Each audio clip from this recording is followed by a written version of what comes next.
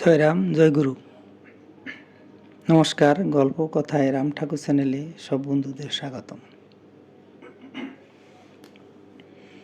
বন্ধুরা, আজ আমি আপনাদেরকে একটি গল্প বলে শোনাচ্ছি।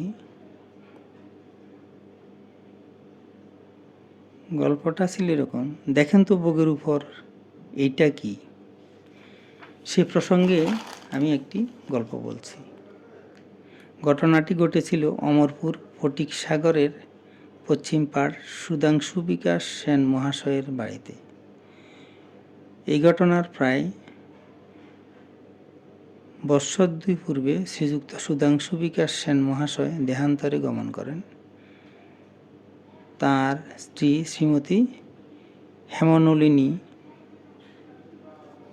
সেন নিজের মুখে বলেছেন। তিনি বলেছেন, তারা স্বামী স্ত্রী দুজনে শ্রীরাম ঠাকুর শ্রীদেহে থাকা অবস্থায় ঠাকুর থেকে নাম গ্রহণ করেছিলেন। সেই থেকে জীবনের প্রায় 30 বছর কেটে গিয়েছিল। তার স্বামী মারা গেছেন, ছেলেরা আছেন, তবে ছেলেরা তখনও ঠাকুরের প্রতি মায়ের মতো এতটা বিশ্বাস লাভ করেননি। পরবর্তী সময়ে এই পরিবারের সকলেই শ্রী রাম ঠাকুরের আশ্রয় গ্রহণ করেছেন। সেদিন জ্যৈষ্ঠ মাসের 29 তারিখ, ইংরেজি 1982 খ্রিস্টাব্দে 14 জুলাই প্রদোষে শ্রী শ্রী সত্যনারায়ণ সেবা পূজা হবে। অতএব সকালবেলা সব ধোয়া হয়ে গেছে। এমন সময় তার তৃতীয় ছেলে সেদিন মাছ খাবে বলে ভীষণ মেজাজ করল। তিনি বললেন, আজ এ বাড়িতে মাছ হবে না। ছেলে তবু মেজাজ করে হোটেলে মাছ ভাত খাবে বলে মায়ের নিকট জোর করে টাকা চাইলে তিনিও বললেন, আজ হোটেলে মাছ খাবার জন্যও আমি টাকা দেব না। এদিকে তার বড় ছেলে বললেন, ঠাকুরের নাম নিয়ে কি হবে।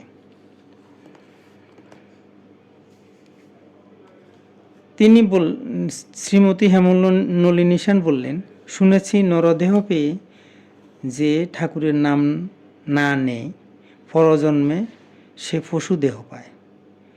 তিনি যত বলেন ছেলে তত তর্ক করে।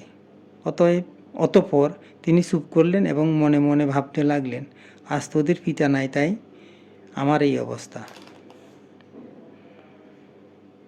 শ্রী শ্রী ঠাকুরের নাম পেলে কেউ অনাথ থাকতে পারেন না। তিনি অচ্যুত সখা, ভক্তকে তিনি রক্ষা করেন।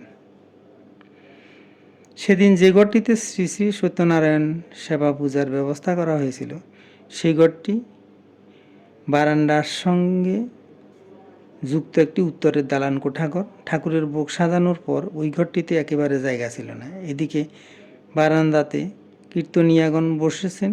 বাইরে থেকে ঠাকুরঘরে কোনো লোক প্রবেশ করার বিন্দুমাত্র সম্ভাবনাও ছিল না। এ পুজোর পুরোহিত ছিলেন শ্রী যোগেশ চক্রবর্তী মহাশয়।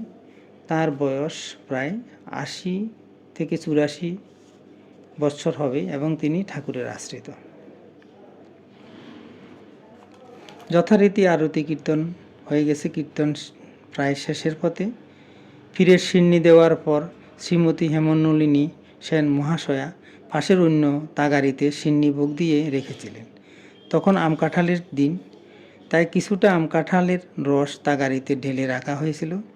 এদিকে শ্রীমতী প্রতিভা চক্রবর্তী নামে তার এক বান্ধবী কিছু সুজি ময়দা নিয়ে এলেন। হেমনলিনী সেন মহাশয়া ঠাকুরঘরের ভেতর থেকে ওই তাগারিখানা নিয়ে দাঁড়ালে বান্ধবী সুজি ময়দা ঠোঙ্গা থেকে ওই তাগারিতে ঢেলে দিয়েছিলেন। তিনি 1 সেকেন্ডের জন্য একটি চালনি রাখতে পাশের ঘরে গিয়েছিলেন। চালনিটি রেখে ফিরে এসেই তিনি বললেন, দেখেন তো ভোগের উপর এটা কি।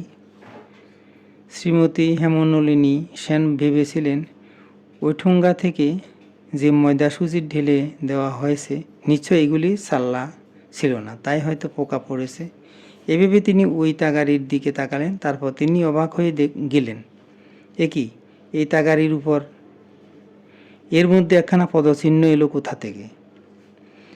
এবার ভালোভাবে লক্ষ্য করে দেখলেন যে শ্রী শ্রী ঠাকুরের পদচিহ্নের নমুনা। ডান শ্রীপদের চিহ্ন ওই তাগারির ময়দা সুজির উপর রয়েছে, আর বাম শ্রীপদ দিয়ে যেন তিনি শ্রী শ্রী ঠাকুরের বাম শ্রীপদ দিয়ে যেন শ্রী শ্রী ঠাকুর আসনে গেছেন। কিছুক্ষণের মধ্যে অমরপুরে লোক জানাজানি হয়ে যায়। সারা রাত কীর্তন চলে। পরের দিনও সত্যনারায়ণ পূজা হলো। কীর্তন বন্ধ হলো না। 3 দিনের দিন ভোরবেলাতে নগর কীর্তন করে কীর্তন ও পূজার সমাপন করা হলো। ওই তাগারিতে কেউ হাত লাগালো না। দ্বিতীয় রাতে সত্যনারায়ণ সেবা পূজার পরে শেষ রাত্রের দিকে শ্রীচরণের চিহ্নখানা আস্তে আস্তে মিশে যায়। ওই পদ্মচিহ্ন মুছে যাওয়ার পর সকলকে শুকনো প্রসাদ বিতরণ করা হয়। সেদিন ওই বাড়িতে রাতে এত লোক সমাগম হয়েছিল যে চায়ের চামচ দিয়ে সকলকে সিন্নি প্রসাদ দিতে হয়েছিল। এই ঘটনার পর শ্রীমতী হেমনলিনী সেন মহাশয়া এক অপার শান্তি পেলেন এবং তার পুত্রগণ শ্রী শ্রী সত্যনারায়ণ পূজার মাহাত্ম্য সচক্ষে দেখে অভিভূত হলেন। অপ্রকটেও শ্রী শ্রী রাম ঠাকুর ভক্তের অতি নিকটেই থাকেন, এই তার প্রমাণ। শ্রী শ্রী ঠাকুর বলেছেন, পতিসেবা পরম তীর্থ, পতি দেবতার আশ্রয় নিয়া পড়িয়া থাকিলে যথাসময়ে পতি আসিয়া সঙ্গে করিয়া নিত্যদামে নিয়া যাবে। ঐহিক সুখের জন্য পতি হারাইতে নাই, প্রারব্ধ ভোগের পরিণাম শেষ করিতে পতি দণ্ড বিধান করেন। বেদবাণী 3:74। ঠাকুর বন্ধুরা, এখন আমি ঠাকুরের বেদবাণী থেকে একটি বাণী পাঠ করে আপনাদেরকে শোনাচ্ছি। ঠাকুর বলেছেন, ভগবান মঙ্গলময়, সময়চক্রে নানান উপসর্গ জুটিয়া থাকে, আবার সময়ে সকলই চলিয়া যায়। এজন্য কালচক্রের আগম নিগমকে তিতিক্ষা করিতে হয়। বন্ধুরা, আজ এ পর্যন্তই। আগামী দিন আবার শ্রী শ্রী ঠাকুর সম্পর্কে গল্প বাণী নিয়ে আপনাদের সাথে থাকব। বন্ধুরা, চ্যানেলটি যদি আপনাদের ভালো লেগে থাকে তাহলে সাবস্ক্রাইব করে চ্যানেলটির পাশে থাকবেন, আর নতুন বন্ধু হলে সাবস্ক্রাইব করতে ভুলবেন না প্লিজ। আর বেশি বেশি করে লাইক, শেয়ার, কমেন্ট করবেন। ধন্যবাদ, ভালো থাকবেন। জয় গোবিন্দ, গুরু কৃপায় কেবলম।